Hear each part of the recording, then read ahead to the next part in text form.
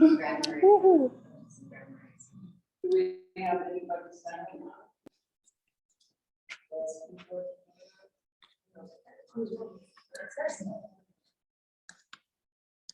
All right, Kim.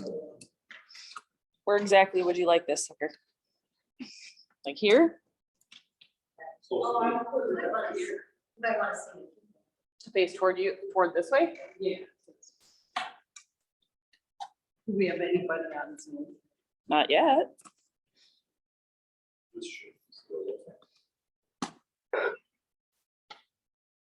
All right. So we're going to welcome everyone to our meeting. And we're going to do an icebreaker.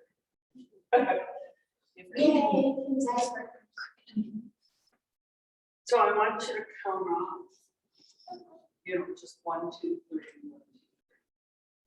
So, 1, 2. 3. 1. 2. Trace. Oh, gracias. Yeah. Okay, so 1's at that table, 2's at that table, 3's at this. Any paper or anything? Oh, that's cheating. Let's move. Okay.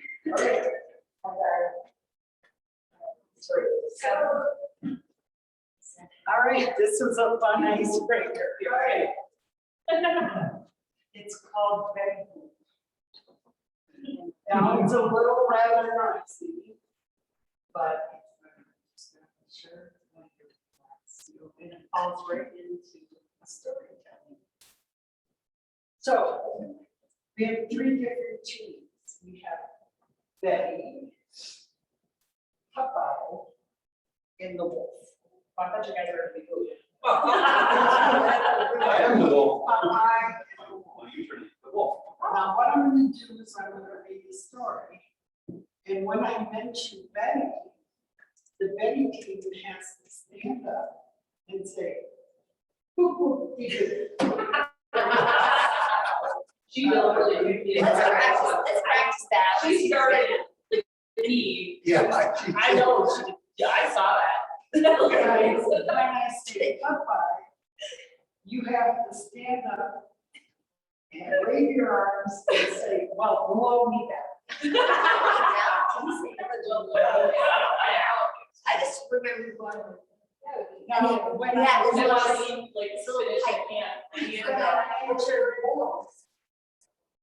that group stands up and gets a wolf whistle. Do you want to practice that? Yes. I can't whistle with the dentures, sorry. I just didn't want to. Just say roar. What's that? Yeah, go like that. How much you just howl like a wolf instead? Howl. All right, so do you want to practice? Nope. It's over. Okay, ready? We don't have to practice, we do that every day. Right, we do it all the time, we're good. So, once upon a time, there was a charming young lady named Betty.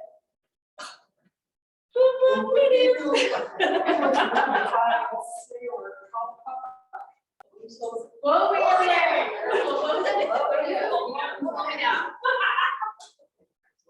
Betty, Oh, man. you're a great forest, which is where the wrong big wolf. Yeah. Come on, baby, you gotta make this howl. There we go. Oh, yeah.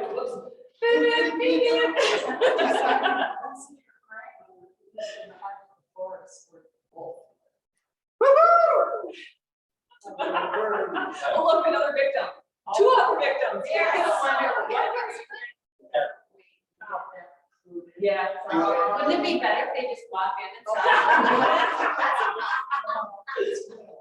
Miss Will, she's like, oh, yeah.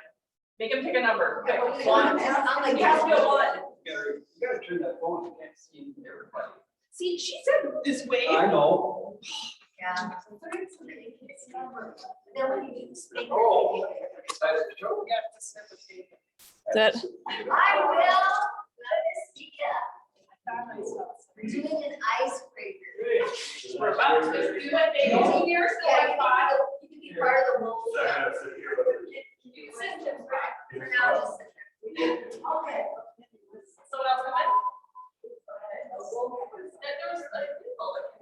whistle?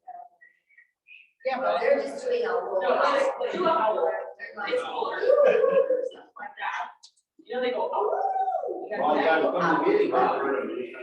See? was there somebody else? You double check it. I didn't see anybody get out of the vehicle. Okay. Okay. Another story. Hold it tight. Ready? What are we doing? Just follow Follow Once upon a time, there was a charming young lady it. who was long by called Papa. Whoa, man. He lived near that house. And I heard a great forest in which are roamed with big wolves. Oh. One day, Becky Oh. decided to visit her grandmother, who lived in the heart of the forest where the wolves. Popeye. Whoa, yeah. It's like a little children's book where you push the button. Was not what Popeye, Whoa, yeah. since the wolf Oh. That's not even out the wolf got closer and closer. But behind him came Popeye. Whoa, yeah. We're supposed to be a workout in here today. Just as the wolf Oh. was about to leap on Betty, Popeye killed him with his trusty club. Oh, yeah. And saved Betty's life. Oh. That's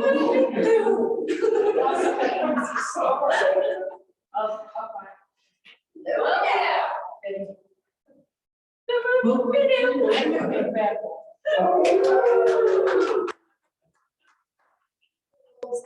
You're such a I hear you. So get some Danish or coffee or. Grab your stuff, Jay. Whatever it is. Or, Whichever. Get some ish. Make sure there's no one up here. Yeah, We're gonna put the tables together. This is the board. All right, so Kim, the next part's gonna be up here, right? All right, we're gonna go that way. And your bag color, where's it? Your bag color, where's it? thank you. Or are we playing? Make sure everybody has a nice chair, don't tell them about it. I got you. Is that a church giveaway or people here brought that? Oh, is that a church giveaway or did people here bring all that stuff? Oh, no, yeah, they donated to the church, they just brought it this morning. Are you trying And to then get I rid said, of it all? we can keep. Are you trying to get rid of it all? Well, no, the people will come, but. Deer hunting Or they'll starts take it. September 1st. When I left out some stuff. Like I said, there's those poppy seed lemon muffins are really good. You know what I have? That's really good beer. Oh, and there's blueberry muffins. Oh, Are you a bear now? I wish I could get rid of it. Throw it in the trunk. This is for the bears. Bear season starts September 1st. That's it. Yeah. So, I'd rather there be a long deer season. I went on my walk, just right there, on my walk, you know, city of Ashland. Yeah, I think that starts. Six deer. And they just looked at me, like, walking right past me, Deer season starts and they eat my plants. I don't know, I like deer, but they don't move their. we're gonna go ahead and move forward.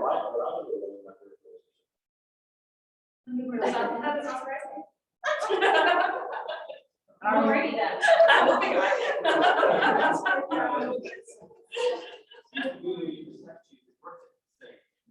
You would think so. Rearrange it. Go, good luck. As everybody, I think, has heard, if they've read their newsletter, Carissa and Kara have been sent. which. Screw you, Will. Both of them decided to move forward in their individual businesses and feel they wanted to devote their time to it. And yet we're still here. Yeah. Go figure. And then, We do. so Obviously, that's why. So is there any questions about that? Questions for Kara or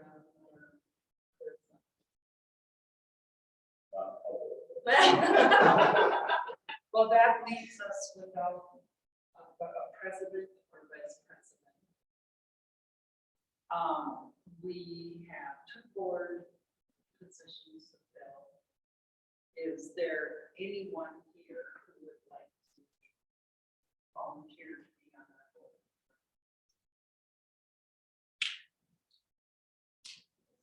I promised myself until December of one more celebration of like out of the state. Taking a month off. I think that Sue Sterling is interested in the board position. And how that works is we will vote on new board members if there are any that are nominated for interest. At the annual meeting here in September, which will be a potluck. It's gonna be in this building. Yes, right there. Or we can have it right after that. Yeah, depending how nice. it Is there picnic tables out is. there? No, we'll just take us. Well, whatever. Or these, whichever. But we're gonna make it as a potluck, so. Anyways, that is where we'll do the voting because of the benefit of membership, it is the members. That vote in the board members and the new leadership of law. And on the board, I haven't heard anything that anyone is interested in.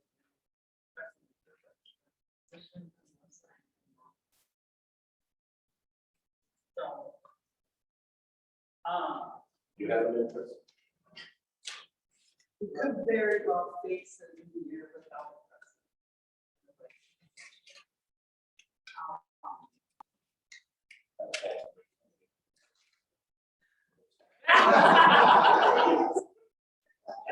Which could be things a little different. But, You just make it. well, that's what I meant to say, it could make things a little difficult. Except for the board as a whole. So, because I am not the president.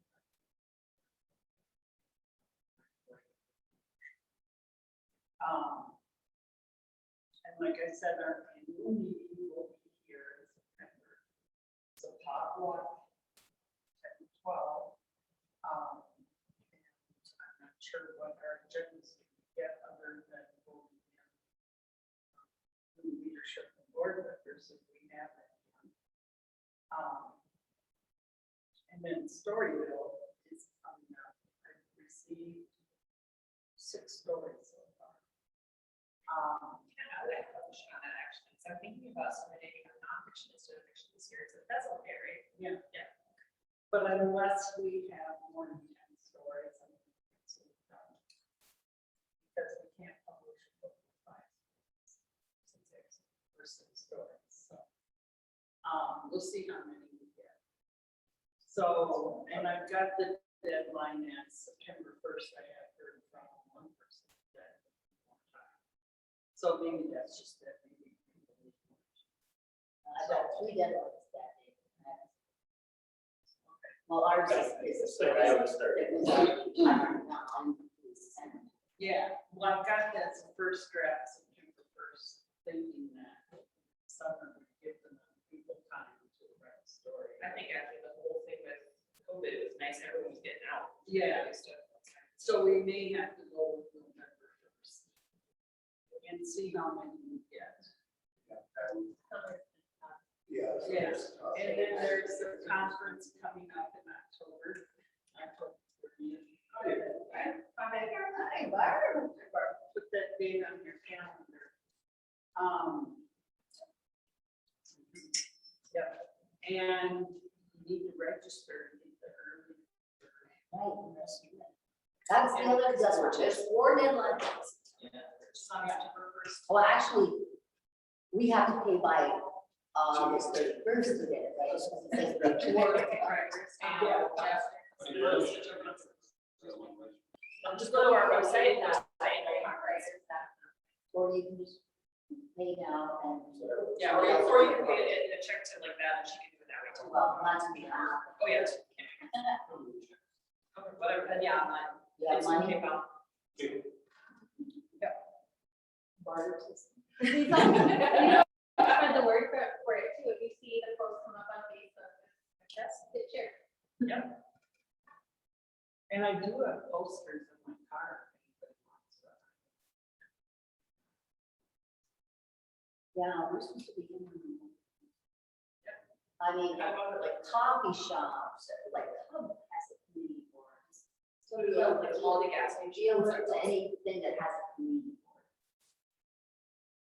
I always open up that. Library. That deal. But yeah, libraries. Yes, the library would be a good place, cocktails. Oh, there you go. Yeah, I've got some in my car, so. Yeah, cocktails will be, yeah. Emily? So any questions? About I was gonna say, we talked about, picnic, but that's again, that is the week before it would normally be, right? yes. So just, it's not the 30th. It's September, it's 11th. Yeah, maybe It's on a Sunday instead. Second Saturday, instead of the third Saturday. It's this meeting, but it's, because I have a family that they didn't want me not to be there. Yeah, no, that's cool. I just couldn't remember why. Makes sense to me. So, where you wanna be, Bart? You know what, the drive out, there was traffic, and it ended up being one lane traffic, so something that one. Yeah. Yeah. So then, so then I thought, oh, I'll be smart. And I go a different way, well, that isn't smart. It's all good. But Yeah. This one, I go. Pick a number. It was like a little bit.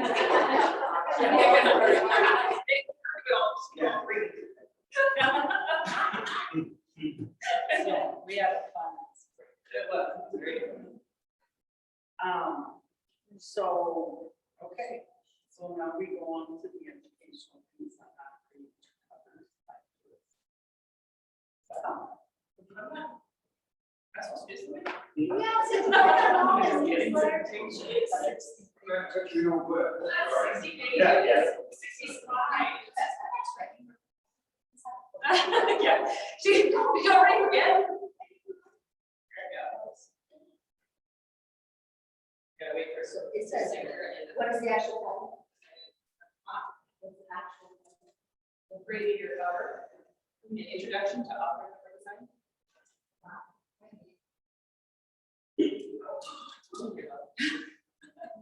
I must be carrying that off. I'm like, oh. It's what it is it's human. Yeah. You do any movement, you get hot, but if you sit still. Someday it'll actually be nice. Cheers. Yeah, well, there's nothing better, but kind of. All right, so can everybody see okay? Excellent. That is helpful. All right, so it'll look a little bit different, but this talks a little bit about creating your cover, because obviously cover design is an important part of creating books. You're, I don't know, you're probably not creating the cover anytime real soon, but once you have all your When stuff I got together, my cookbook. there you go. So there you go. It's gonna be very important to cover. Now this one, obviously, I'm urban fantasy, so I use urban fantasy as my examples, but it goes for pretty much every kind of genre. Started. Okay, so the first question, really, the way that I view this whole thing is, should authors actually design their own covers? Because there are a lot of people out there who design their own covers, sometimes because money, sometimes because they're artistic and they want to be able to express themselves through their books or whatever. But really sometimes, depending on the genres, depending on what you're trying to do, what your goals are as an author, you really have to ask yourself, should you actually be wanting to design your covers? So the questions I really think about are, do you have a designing background at all? Do you know what design elements look like? Do you understand what makes good typography? Because that is a huge thing. Do you understand what sells in your genre or your category, like Amazon or any kind of bookstore, to understand what is actually selling right now? And can you resist the urge to be different? Because I'll tell you, even as a designer, even as someone who's trained, I have to find that urge. And so I know people who don't understand design or don't understand their genre, they want to be different because they think that's going to be the best thing. And we'll talk about why that's not. Okay, so if you said no to any of those things, my professional opinion is to hire a professional, because you are going to have a better bang for your buck, at least as if you're trying to sell your work. If you're doing it because you just want to get it out there, it's for grandkids, it's for someone else, whatever, then fair enough. But if you're trying to do it because you want to build a career as an author, hire a professional. Even if it's on Fiverr and you do it for cheap, hire a professional. Because if you're going to find that, it's going to be a lot better of a situation than if you're piecemeal it all together. Plus, you can also get yourself into trouble if you do things incorrectly. Okay, so if you said yes to any of those things, obviously you're out. Have fun. So the biggest thing here is, when you're getting started, is to start with market research. You have to know what your genre is doing, what your audience is expecting, all those things. So my tip then is to start with Amazon. It's the world's largest bookstore. Very quick and easy to be able to pull things out to look at the images that are out there in bestseller lists. So go to your category, your genre, or multiples, because sometimes our books cross over multiple genres. Take a look what's hitting the bestseller charts. What is the theme overall that is trending at the moment? So for example, this is paranormal women's fantasy. So when I was redoing all of the books for my Diana Howard stuff, I was taking a look at all the books that are in this subgenre. It's actually a subgenre, it's not a true genre right now. But as you can tell, what you're seeing here is there's lots of blues, there's lots of blacks, there's some yellows popping out. They're all kind of the common colors. Whites of a huge amount when it comes to typography. And the titles are typically on the top part of the page instead of like middle or bottom. Sometimes they're in the middle. And there's always just a singular object for the most part. So unless they're crossing genres into like paranormal romance or something like that, for the most part, it's an object in the middle. Or even if it is person's in the middle. So that's kind of the way that particular layout is set. So knowing that, I went then into designing my covers. Now, as you can see, they have the title on the top. Titles are mostly white. Can't really tell here, but they have a little bit of yellow in the title. We use a sans serif font that is indicative of a lot of the titles that are in there. So it's a very similar font to everything else that people are using. And the color scheme is pretty similar. It's got blues, a little bit of that natural type thing. Now you might be asking, holy cow, they all blend in. Those blend in with those other titles. Yes, obviously they do. Because the goal of your title, it's not an extension of you, it's not an extension of your story. The goal of your book and your cover is to sell your book. That's the only reason you have a cover. It's not anything else. You're not trying to make yourself feel better, you're not trying to make yourself happy just because you like purple doesn't mean purple should be on your cover. It depends on what your audience, people who are going to read your book, want, because if you don't do that, you're not meeting your reader expectations. And when you don't meet those reader expectations, what happens is they don't know whether or not you're a great book and they skip you over. So obviously your cover has to scream out this genre love here. They have to look at it and go, this is exactly the type of book I want. That's why we want it to look similar to everything else, because it's screaming out genre name. People will know it instantly. That was paranormal romance, or paranormal women's fiction, not paranormal romance. We'll talk about that in a second. They're going to know that it's probably going to be women who are older than 40 years old. They know that there's going to be psychic elements or magical elements or something along those lines. That was screaming it in those colors. Because you want your books to look like it belongs to the comic. competition. Whoever it is that is in that bestseller list, whoever it is that's selling the most, if you want your books to sell, you want your author to take off, you have to be able to fit in. Not that it has to be so fit in that you wouldn't even be able to tell it, but to be able to fit in enough that it looks like it belongs. So here's an example of why it's important. So genre confusion is a huge thing. And when I first started, when I first started out, I thought I was in just like supernatural suspense with a little bit of paranormal romance, because everybody and their brother who was like in my circles was paranormal romance. So everywhere I go, I can see covers like this. Now you can tell, it often gets mixed up with paranormal fantasy. It gets mixed up with urban fantasy because it has a lot of the same elements. But the difference here is that paranormal romance has romance as the main story arc. That's the difference. So urban fantasy and paranormal fantasy, there's a plot that is the main thing, the main storyline, with a romance being maybe a subplot. It's not a huge, it's not the main, like Twilight is technically paranormal romance. But Harry Potter would technically be considered children's urban fantasy or even paranormal fantasy. So what we see here is darker colors still, just like the paranormal section. We've got a lot of the same colors, the blues, blacks, the reds, got some grays, a lot of the gold colors coming through again. But the difference here is that people are dominant. So we've got a woman, naked men chests. The tails are mostly on the bottom, and they're very big, bold, but they don't have much of the scrolly stuff going on. They're very sans serif or serif, just like little. You guys know what serif and sans serif is? Yeah. Yes. No extras. Yep. So sans serif means that there's not like a little extra bit. These are all sans serif fonts. The ones here. Yep. Oh. And then when we have serifs, just like a little bit on it. None of these actually have the serifs otherwise, but the titles up there you can sort of see. So it's just like these little edges on the way that the fonts are created. So with urban fantasy, though, as you can tell, it's different. And for a long time, I thought it was paranormal romance, but I'm really not. So all these, if we look at it, it's different. And we have a lot of the same colors. So it's the golds, the greens, the blues. And just like urban fantasy or the paranormal romance section, urban fantasy crosses over sometimes with paranormal romance. So we've got a couple of them. I don't know if you can tell here, but this one is also up in paranormal romance. There's a couple of them up there.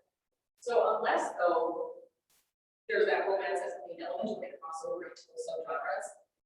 This urban fantasy bestseller lists are all images in the middle. It's all typography heavy. It's all people who are in there is really mostly just relegated to those urban fantasy ones that cross over with paranormal romance. So the objects are different though, a little bit different from paranormal romance section. There's not a scrolling font necessarily. It's more of the sans serif or serif fonts that you'll see with the paranormal romance. So it's got a lot of crossover. Do you see how they're different though, a little bit? Or do they all kind of blend? Yeah, they're very different, except for when there's aspects of them that are like when they're in the same crossover genre. So like the Viking and Gabriel's Magic Empires in paranormal romance, which is why it's hard to know unless you're really looking specifically at your genre and then comparing and contrasting. So you have to know what your genre is in order to know who you're comparing to and how you're going to design your cover, or even how to tell your cover designer if you're going to hire it out what to look for.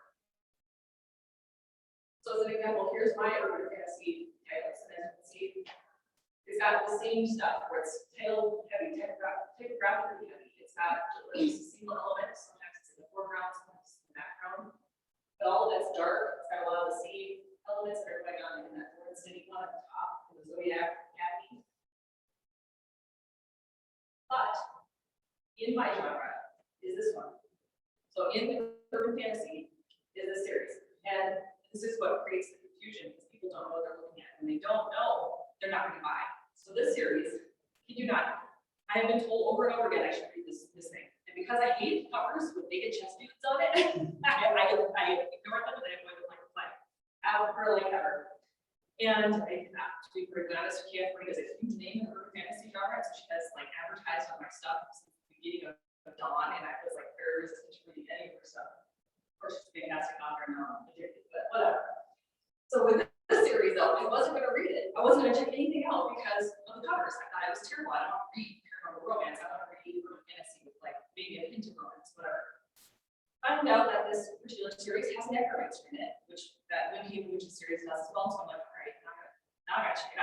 because she got a necromancer. But covers, they had to been only because of covers, I would never read this series. So glad I did, because it is not paranormal romance, it's actually urban fantasy.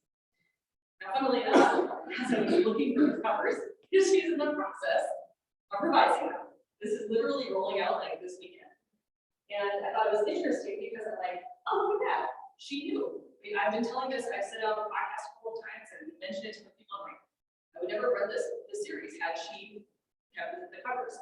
She's obviously learned that these are not genre specific.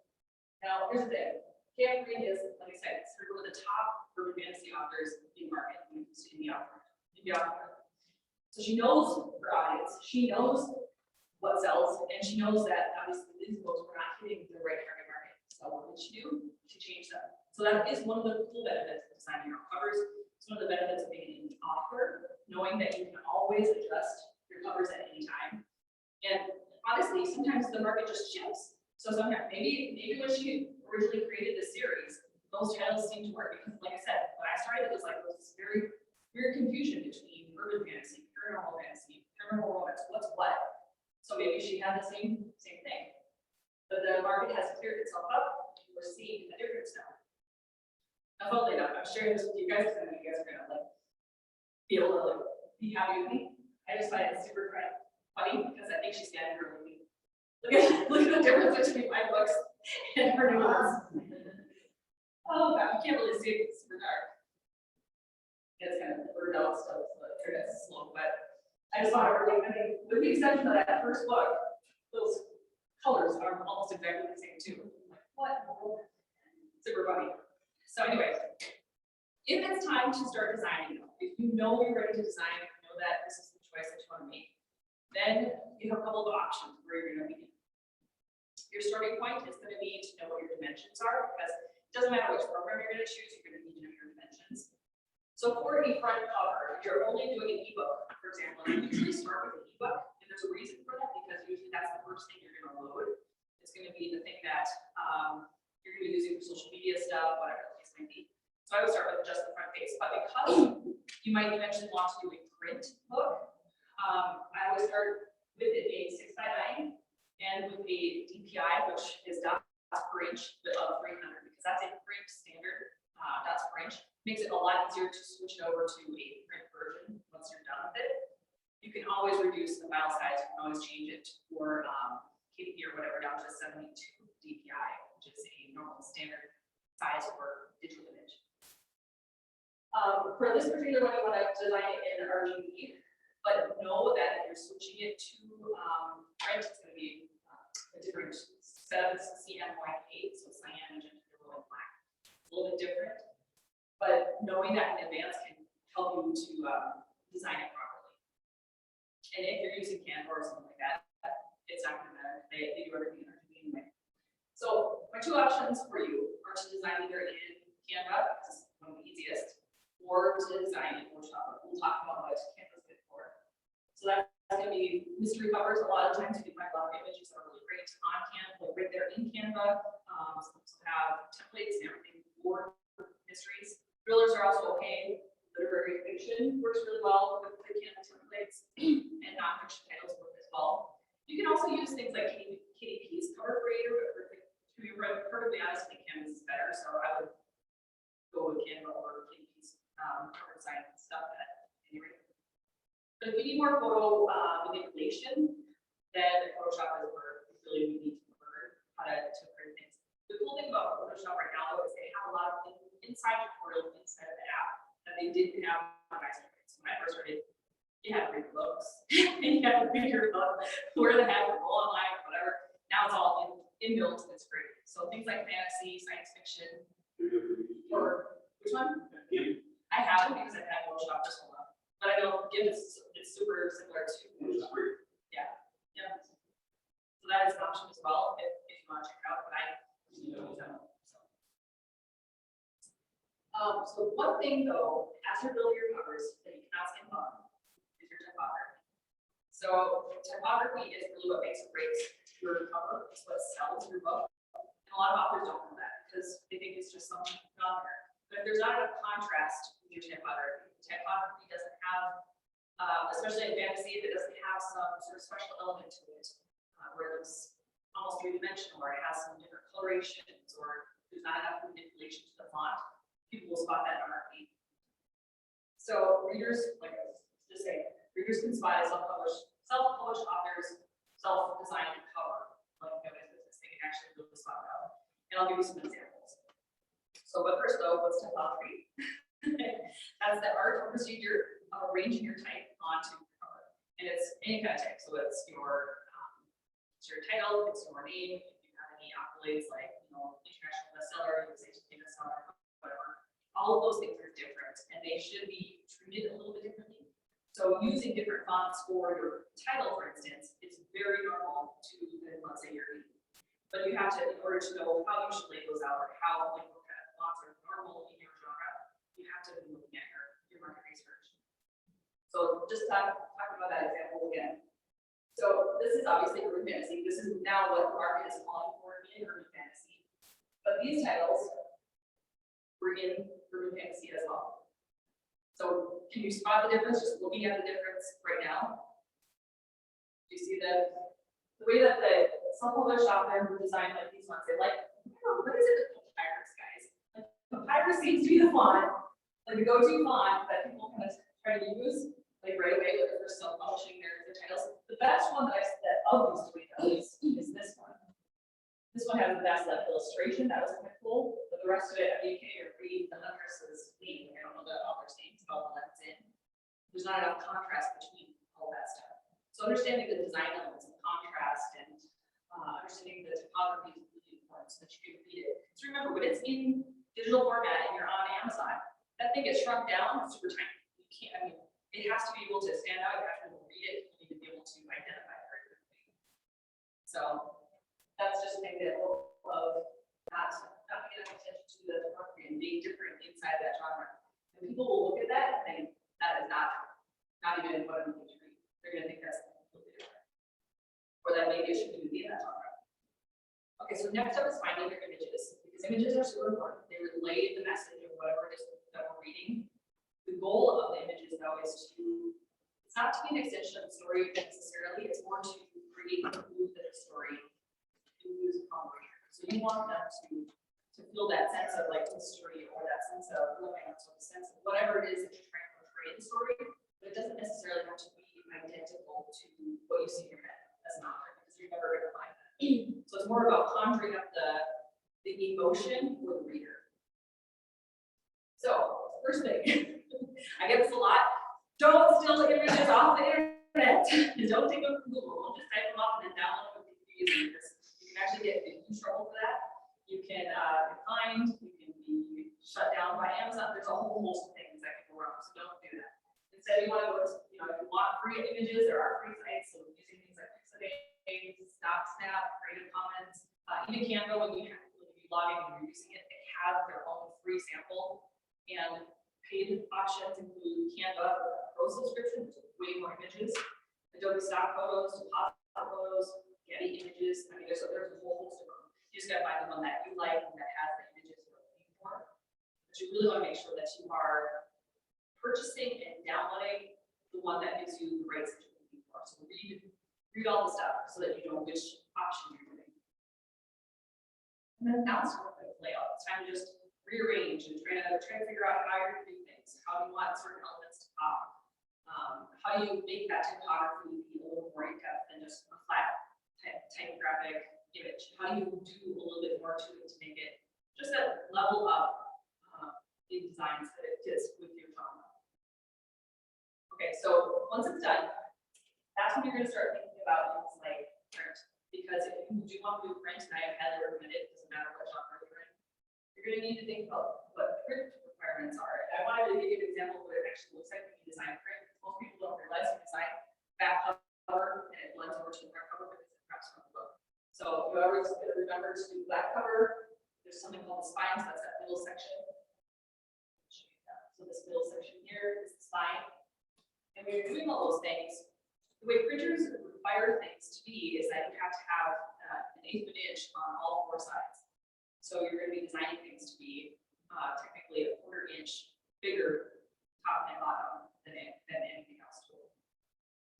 And of course, you have to do space, I don't know if you can tell, but right here, that's the space for, being able to put the barcode.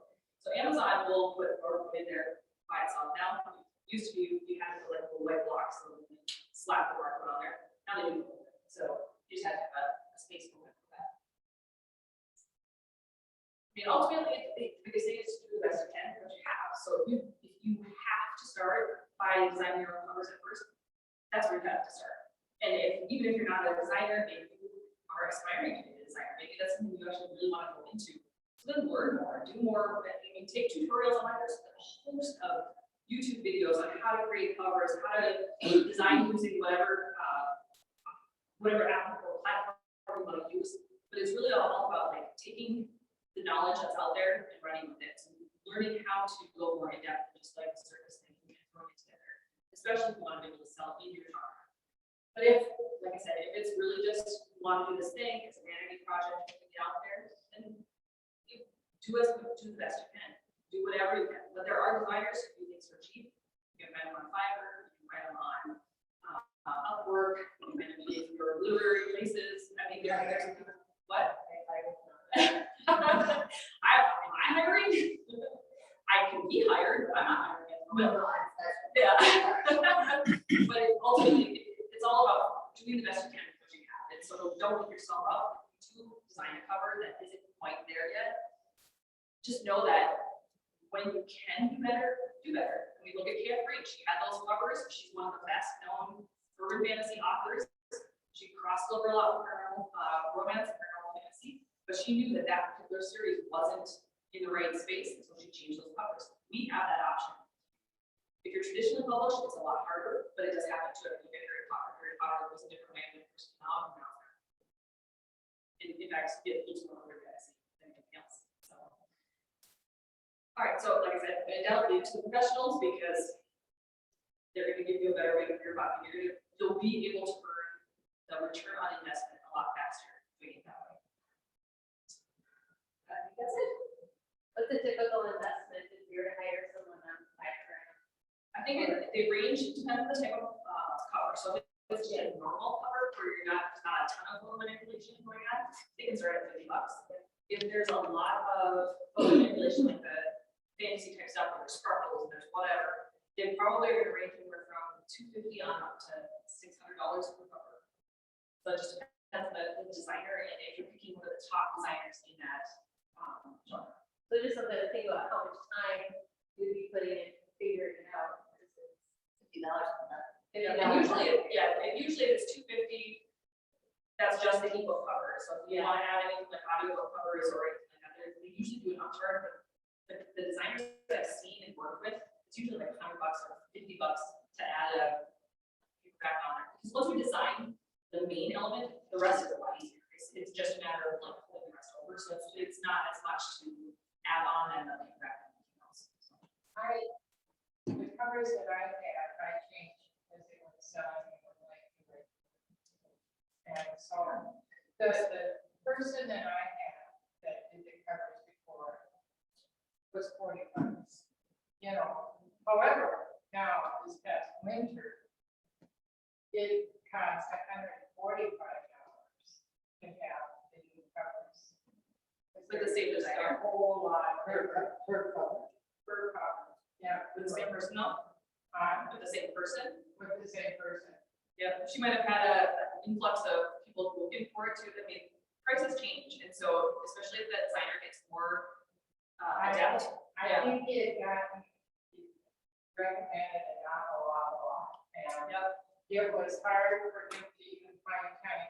I don't know what his deal is, he was in Canada, travel, I don't know what it is, but he found it hard to find time to get my books done. So I think he was recommended by a lot of other people and very busy, plus work.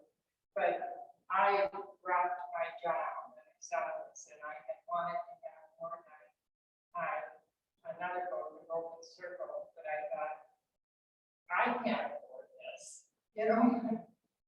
But he did the cover for all my books, and I tried doing one for my poetry book, and I almost ruined my computer. It can take a lot of resources too, but keep in mind, when you're investing in a graphic designer, you're investing in a professional who understands how to create a cover that will sell. So a lot of times I think, myself included, because I try both, I've done both. I've hired out and I've also done my own covers, obviously.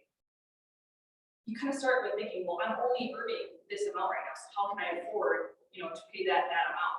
But the difference, like, I wish we could like A/B test, like, if I do myself, this is how what it's gonna earn, or if I hired it out, this is what it's gonna earn, because we don't know what it's gonna look like, but the chances are, if you hire someone who knows what they're doing in your genre, you're gonna be earning a lot more money. And so it will pay itself back very quickly. So it's really about, are you willing to put an investment into your product so that the right readers find it? And sometimes the answer is no. Sometimes it's, I can't afford that right now, and that's okay. But when you can, or when you feel that upgrade is necessary, that's when you take that and know that it's going to be worth it. Because if there's anything in there, I mean, don't tell any editors this, but I heard this as well. If there's anything that's going to sell your book more, it's going to be your cover. Doesn't matter even the editing part of it. That's what I thought for gold market or good market. That there was one book separated to that, nobody wanted to be anything that or word with it. And now all of a sudden, people were buying that book and not the other one. So the cover didn't make it. But Well, font. What was that? What about fonts? That is typography. Fonts, I know, Fonts are but where do you find? Where do you find fonts? If you look at your events on how it swings around. Yeah. Where did you find that font? I think I use Creative Market is the place where I found that font. So it's a site where you can, I mean, they do more than just fonts. So I mean, you could just look for fonts for purchase or whatever. I mean, do a Google search, but I use Creative Market is what I use to purchase my fonts. You can look through like Sarah fonts, you can look through display fonts. That's another thing I didn't talk about. So like my font, it's a combination. So go back all the way to the beginning to whatever.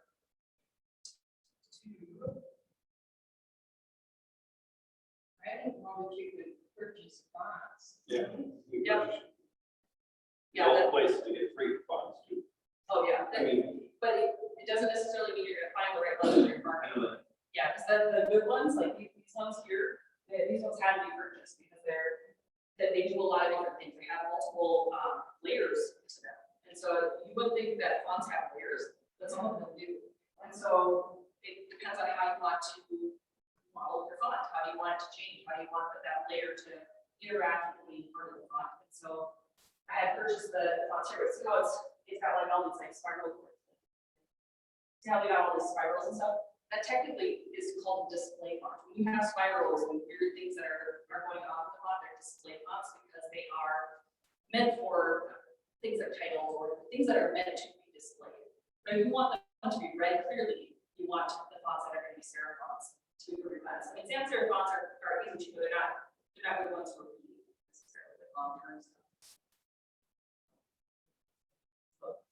For the graphics, like I said, there's free ones out there. There's also one that you could get the credit to the artist. Yeah, so like Creative Commons is on that a lot. So if you use the name of Creative Commons, do they have lots of Creative Commons too? I guess I have lots. I'm not sure. But if you use pictures or images or videos or even sound clips or whatever from Creative Commons, the only thing that they ask is that you attribute them. So you put on, your website or someplace, your book cover somewhere inside your, yeah. List of things. Creative what? Creative Commons. COMMON. Yep.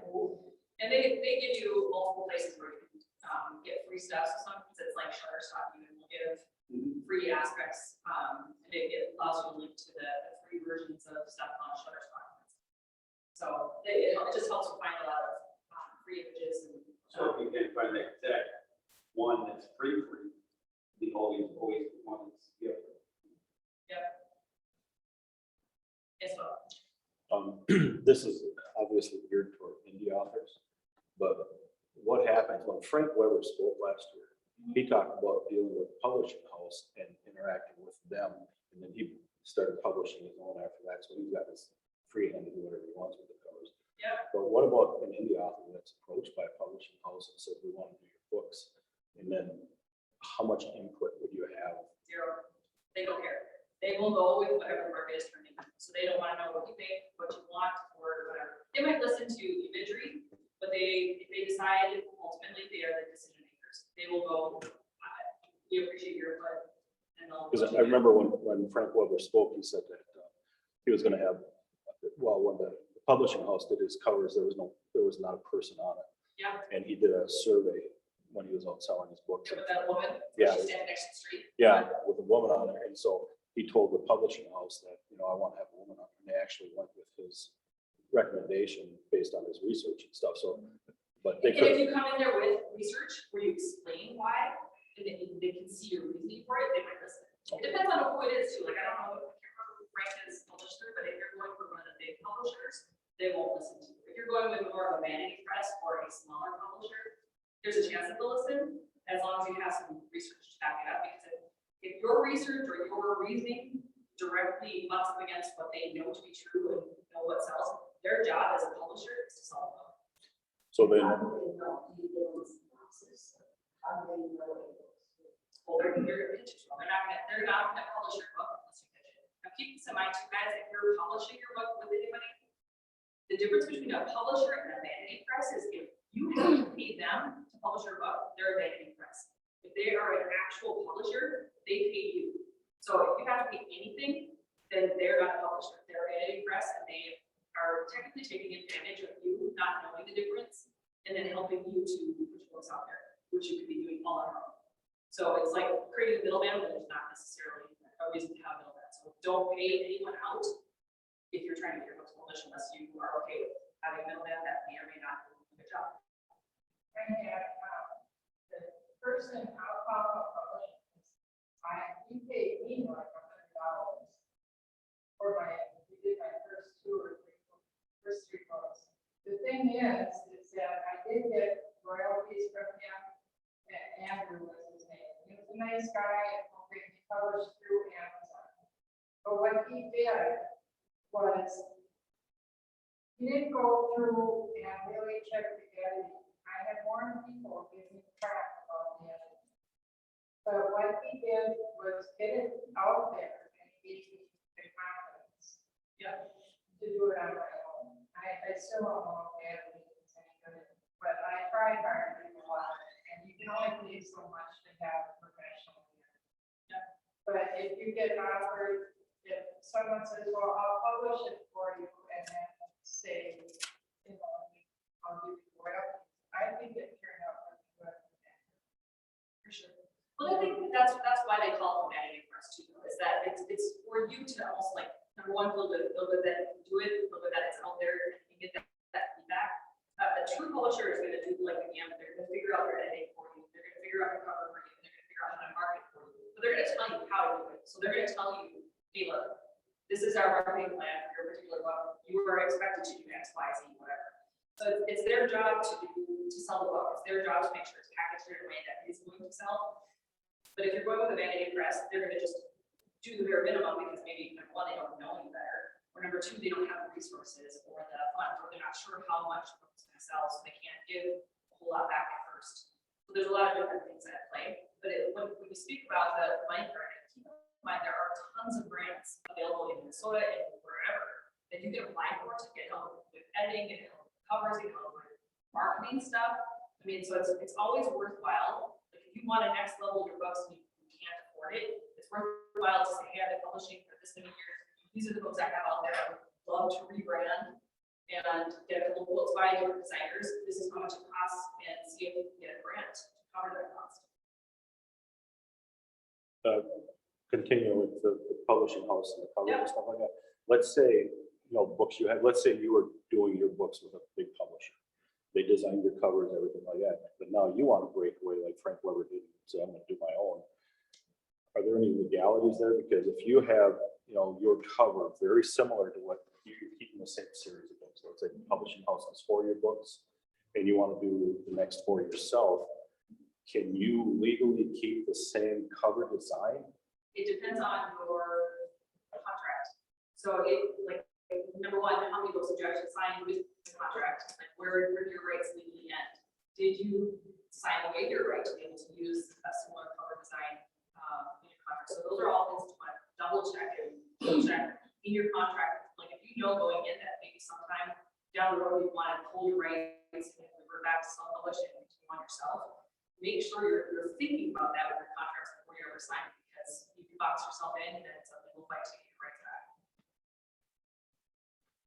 And they might have the rights to do that.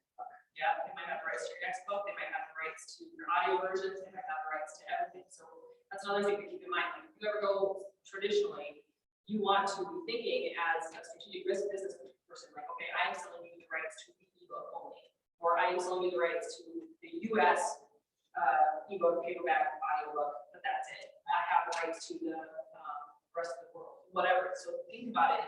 You have legal rights to because they'll grab everything. They'll take everything if they let them. So if you go, okay, well, I'm only going to give you the rights to this particular chunk of it, and make sure that that's in the contract, you're covering your butt, you're able to kind of go forward with it.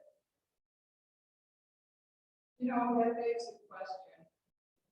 What happens if they get a B in their car, and they want to put it on your books, or they want, or they sell it, you know? If they try to sell like a screenplay or anything like that, it depends on your contract.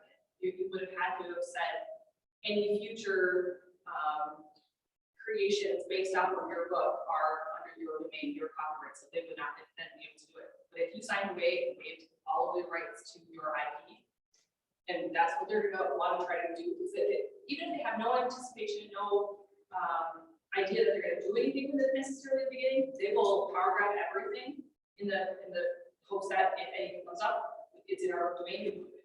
So you're just going to want to make sure that you're letting them only have what you want them to have, what they're saying they're going to do, so that if anything comes up later on, or if you want to do a screenplay or a play or anything out of your book, you have the right to do it. You have the right to hire someone else in it to do it. You can sell the rights to a different publisher or to a different agency.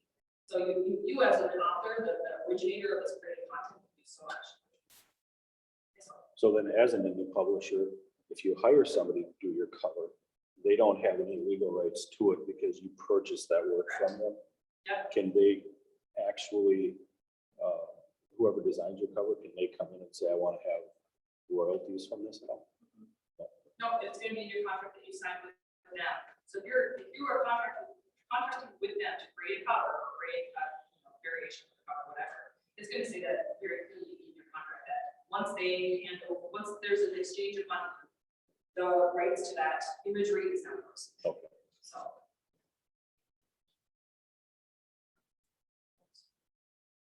We can do this whole thing at the conference. I'm just gonna be poking people and saying, what kind of tools do you use, guys? That's what I get to do this there. What is that, the title of that panel? On your graph. That's right. On your graph. So, yeah. No, I'm doing the panel, so I'll be taking everybody who's speaking and seeing what kind of tools they're using, and we'll be discussing different options of getting the books out there and how they vary. Questions? I know there's a lot, and so it was like at the beginning, really the biggest thing when it comes to designing your full cover, obviously, is the market research part, because I think a lot of authors think that they go based off of what they want, what they think they want, what they like about their book, what they think they want to portray. They don't do the market research, and I'm guilty. When I first started, I did the same thing. Yeah. I just said, I want this. Yeah. And you look at your funds and all that stuff. Pick your name from your title. I didn't. Sure. Yeah, and it's like, why would you ever think of that when you're first putting things together? So it's a matter of just, when you know better, do better. You know what I mean? Everyone has to start out where they start out. I mean, my covers were completely different from the Novice Chronicles than they are now. Completely different. Redesigned it in 2018, and they sold way better than I figured, because I looked at my markets. I was like, oh, look at that. And I found personally as a designer, I stuck with people. I don't know why, but I think it's something I'm going to work on when I get my iPad, so I can actually use the tools better, because I only have my computers. But it all depends, and that's another thing. Designers, even if you hire a designer, not all designers are good at the same things. Like me, I hate working with people. I'm trying to get better at it, but for whatever reason, people are not But there are other designers, when you look at. You're talking about people on the cover, right? You don't really hate people. People on the covers, whereas, like these ones, I don't know if you ever, forget the dudes, but like this one right here, if you ever look at that, figure, it's it's a fantastic cover. Like the designer who did that, I am in awe because they did such a great job. Go to Amazon, so I can look through.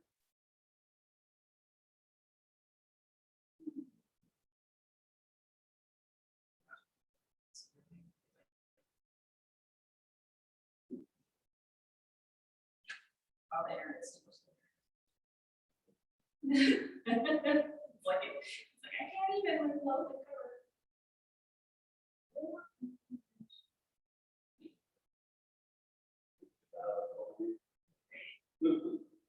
My problem is I didn't know what John put. And when you go to find other ones, that's what I was asking.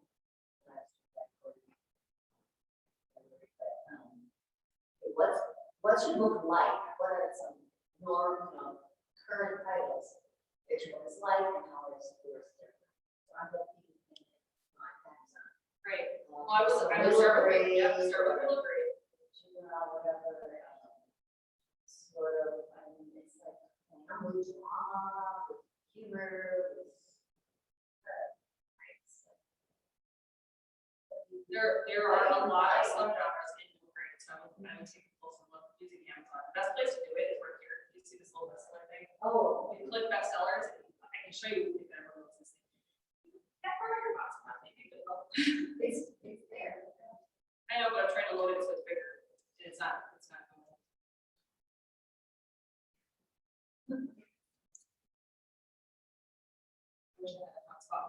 I've got a bazillion kids in my house, but they only give us like limited. How's that work? You.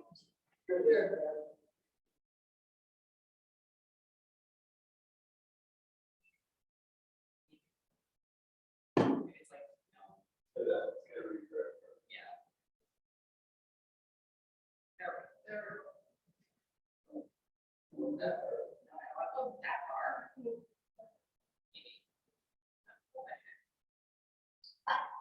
You know, I was just scared of boobs, why not? It's all man chest stuff everywhere.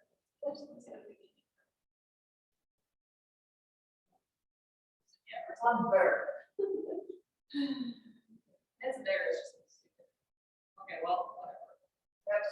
Let's try this.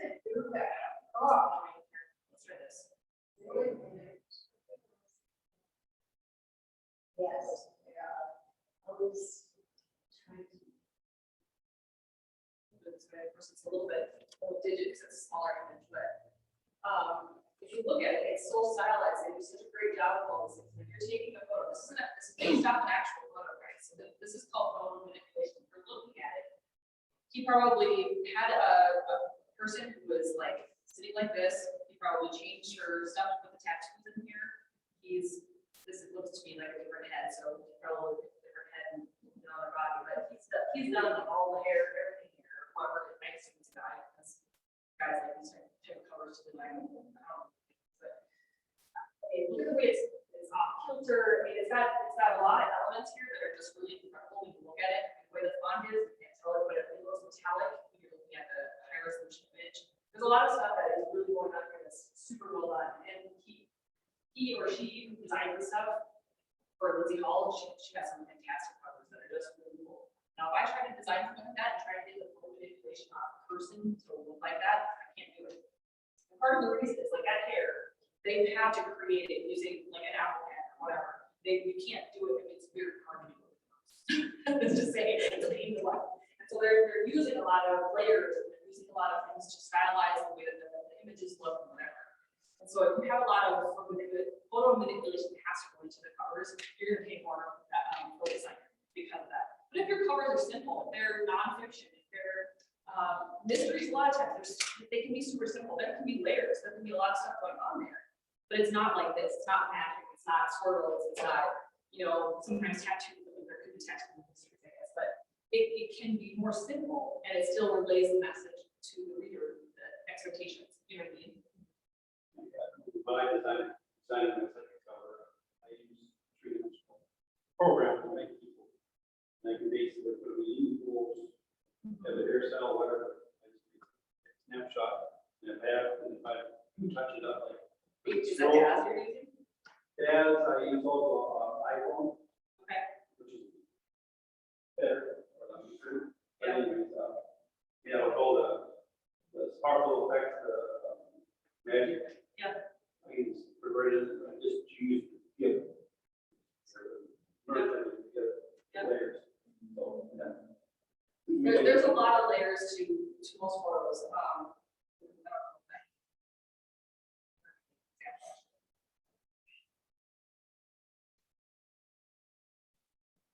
But the point is, look for the layers that, like, what makes sense in your genre, like, this is very specific to yours, Yep, right? absolutely. So if you're working in a genre that isn't as demanding from manipulation wise or layer wise, it's not, your cover designers aren't going to be as expensive unless you're trying to go top tier. If you're going top tier designer, well, then you're gonna pay more anyway.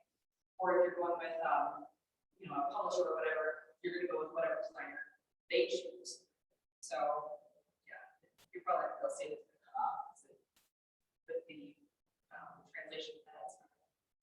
Like, what's that, can we just, like, for a second, for fun, like, what's someone's genre here? Can we look at, Oh, yeah. like, someone's, like, examples of books and someone's genre here? Do we want to look at the middle grade stuff real quick, or that's just throw that up quick? Yeah, let's talk about two. So it's middle grade reader, the kid is 12-year-old girl, through the series turns 13. She's in sixth grade, though. And that's just one thing, that's just, who's gonna read it? Okay, so you're gonna go to bestsellers, the Kindle store, Kindle ebooks, and then you're gonna come down to the children's ebooks because that's what the middle grade is. They are all of the options in children's, and they do range from they're gonna range all the way from like really small kid stuff all the way up. But anytime you're seeing like action adventure or anything like that, those are gonna be the genres they're gonna have, you know, what you're looking for. So Growing up in facts of life, that's sex education. yeah, it can also be things like Judy Blume. Okay, Judy Blume fits that. So it just depends on what the stories are about. So if your book has, like when you're looking at it, if it has action adventure, take a closer look at those. Does that seem like it's gonna be the Not actual sense. right? It's more like, More like you know, she's got the mouse cancer, you know, More like Droga. in school, she's. So click on that. You know, You know, the Harry Potter is that's what I learned, I would say, well, But I what is wanted to go what is your toward YA. what is your ideal reader, like age bracket wise? I would like it to be 13, you know, going into YA. By the end of the series, it's more like Harry Potter, how it started, like 8-year-olds, and it ended up being 18-year-olds, you know, Right. through the series. But whatever, I I would say that you still want to target that first reader because as you publish them, you want that reader to grow with the characters anyway. Yeah, so, but I would look at, ignore the ones that look too young because obviously with children, they come more together. So it's gonna be a little bit more difficult for you to probably keep something like that. She's so big. This one? This is from a student I had that was head and shoulders taller than the kids in her grade. And now in my book, she's fun to grade, so now she's like even bigger. Right. And all the struggles she has and how she tries to integrate with her own. The first book, of course, used the challenge of this fundraiser carnival that her school can put on, and she's kind of the student rep. The second book is something else, the third is something else. So it's a big, huge problem in each book, but the overarching thing is her growing up, her becoming more aware of who she really is, not just because. And then So we're like this family. No, more like friendship, social life. Like, so like this one, the friendship, social skills, and school life. Yeah, So that's underneath your growing up in facts of life, again, your cover, whatever, but. Yeah, it's friendship, so friendship, social skills, and school life. That goes down even further with this. It goes with boys and men, bullies, emotions and feelings, friendship, girls and women, so that really big one. So do you see how like the bestsellers, like as you're doing market research, you can just keep going further and further. And they do all. Yeah, they give them all to you, so it's just a matter of researching and taking a closer look at like where is your genre and which ones fit the most. And there can be multiples, but find the one that seems like it resonates the most with you in your book. You know, whereas you always want to have one that is like the primary one that you're going to target, and then pull in elements for other genres or subcategories or whatever if you want.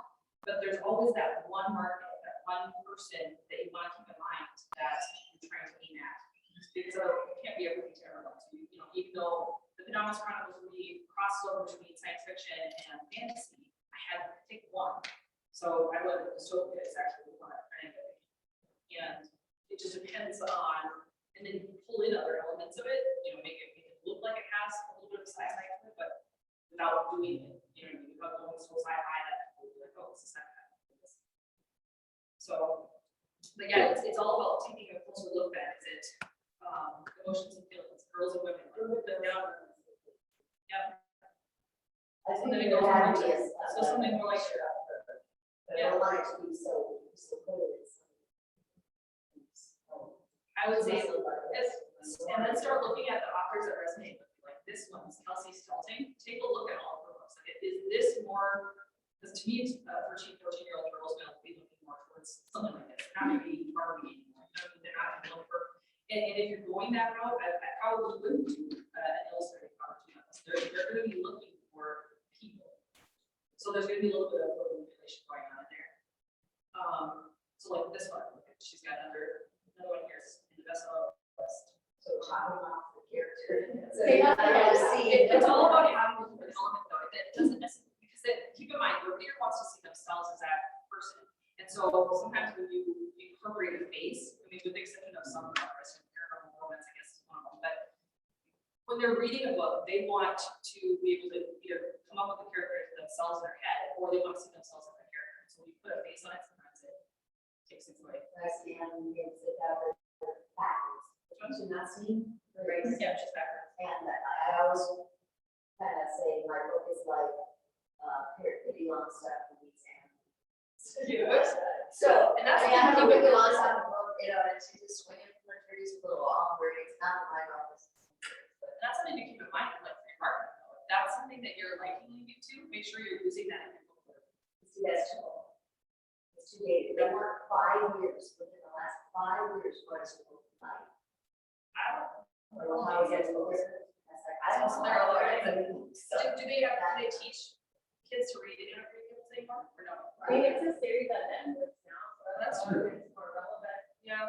It's great, I love it. I love these. So when you were going down that list of genres, Yep. when you get to a higher level on that list, like you got children's ebooks growing up, and This is facts going of life. down.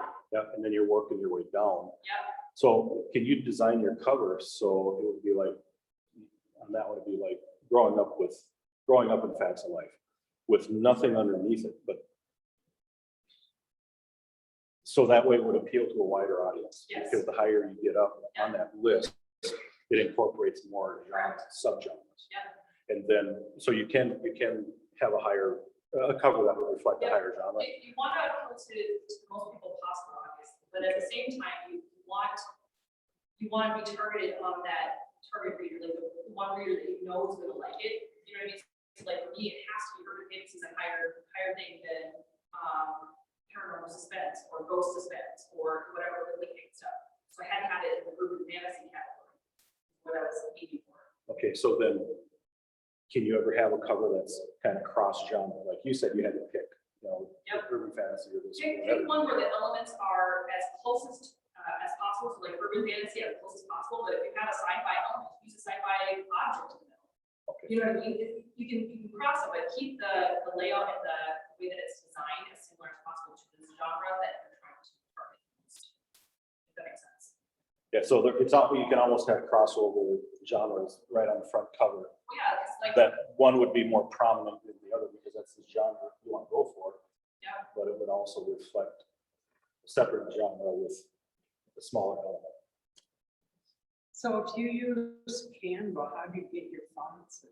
I upload them into, I have both, so I upload them into the branding. But like with, I'll show you that one, there's like crossovers.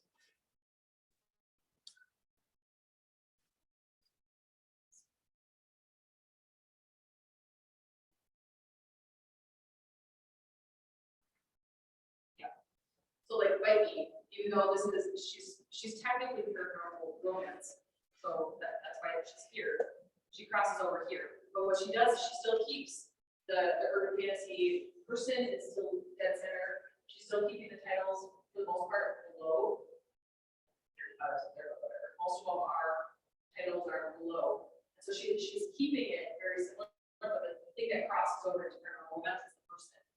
So, but it's still an object, it's still something in the middle. So it still speaks to both genres. But if you're straight up urban fantasy and the romance is not the main part of it, then it makes more sense to keep the object, keep a key, keep a whatever dragon, you know what I mean? So what has the biggest impact on sales, the image or the text? Okay. Yeah, if your text does not speak to professionalism, they will typically bypass it, they'll just keep going. Go So- to Emma Slate books. I like her covers for her Sin series.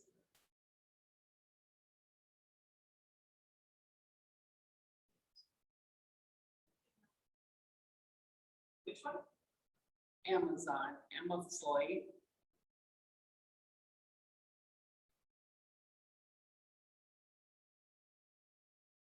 Keep going. It's her Sins one. Sins of a King, Scroll back up. right there. I like her cover. I mean, there's nothing there but a flower, but it's her font for her title. Yep, but check out the font. There's a lot going on with that one. There's granularity in it. There's gradient that goes all the way across. There's a lot of depth in it. You can tell it just in a small bit there. And I bet if you have it, probably has some low flux in here. There's a lot of stylization that's happening in that font. So even though she's got just these two elements, it's very simple. There's a lot going on with that font. This to me, like, if I look at that, I would say it's like mystery thriller. I don't know, I just got done reading that whole series, and I mean, I was reading one a day. They were good, Suspense. and then I read her author description, her author bio, and that's really unique too, I have never seen it. This one? And she's writing up her own. Yeah.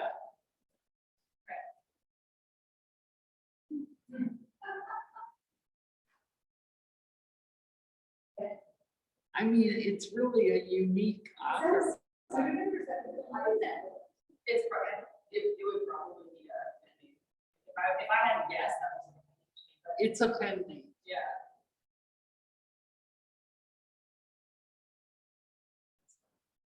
Yeah, it's just, it was a unique, you know, I was looking for covers and then I always look at what the author is about. And as soon as So I, what was the main plot in that series then? Was there a mystery involved or was it the romance? well, I just paged through the sex. No, it's a mystery. It's all about, it's a mafia mystery. Okay, The first one, it, you know, involves. so yeah, it's, IRA. but there's still romance involved, I guess it's just romance on there. Yeah, Got it. Yeah, because to me, when I look at that, it says mystery or thriller, it doesn't say romance, like the ones up here, oh yeah, those are totally romance, but that particular one isn't. So does the front cover ever bleed over to the back cover? Do what? Does the front side of the cover ever bleed over to the back side of the cover as far as not just text, you know, because sometimes you see a picture of the author and stuff like that, but how much of the front cover? Is that important to have something like that bleed over the backside, or does it matter? I go back to your today. It's that very end where I show you the back cover. Yeah, it's like one thing. Yeah. Yeah. Yeah, it's panoramic.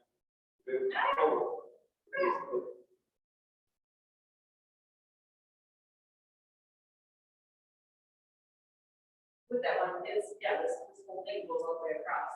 And the images, they're blended, they're technically two different images, but it's blended up, so it looks like it's the same thing. There are even times where it's like, I think my novice cover, I have a person in the back, actually, she used to be a person in the front. So she's here, but some of her hair blends into the front, you just don't realize it's hair. You're looking at the beginning of it. So it just depends on the author. There are other authors who like don't design the front cover and then have a blank spine and then do something different. That just depends on how they design it. So when you hire somebody to do your cover, are they only doing the front cover, or do you hire them to do both sides, front, back, and spine? When I hired Christian, we had to do both.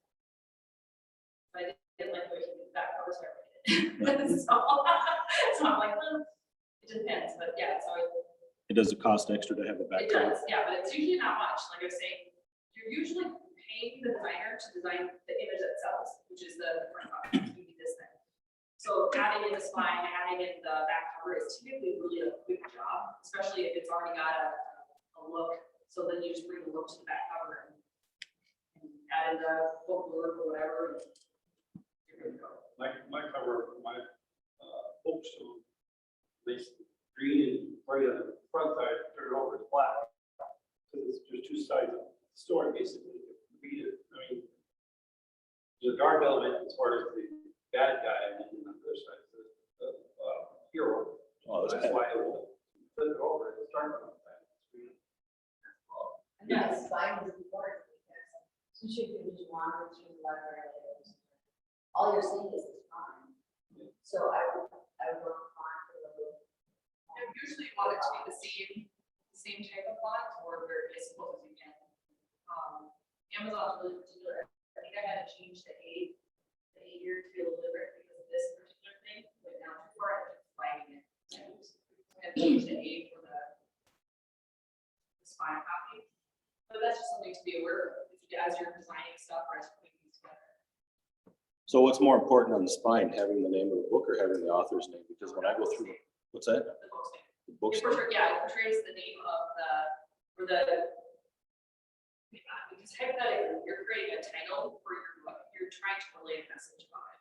Okay. And so just the way the typography is designed and the title itself is going to relate whether or not it sounds interesting.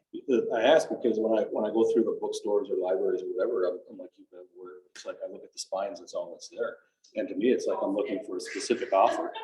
What's that? My own thing. Oh. Continue. I'm just gonna press stop or whatever. But yeah, I'm looking for a specific author. And so that's why it's like, I thought the author. If you're a big name, if you're, just gonna hit end.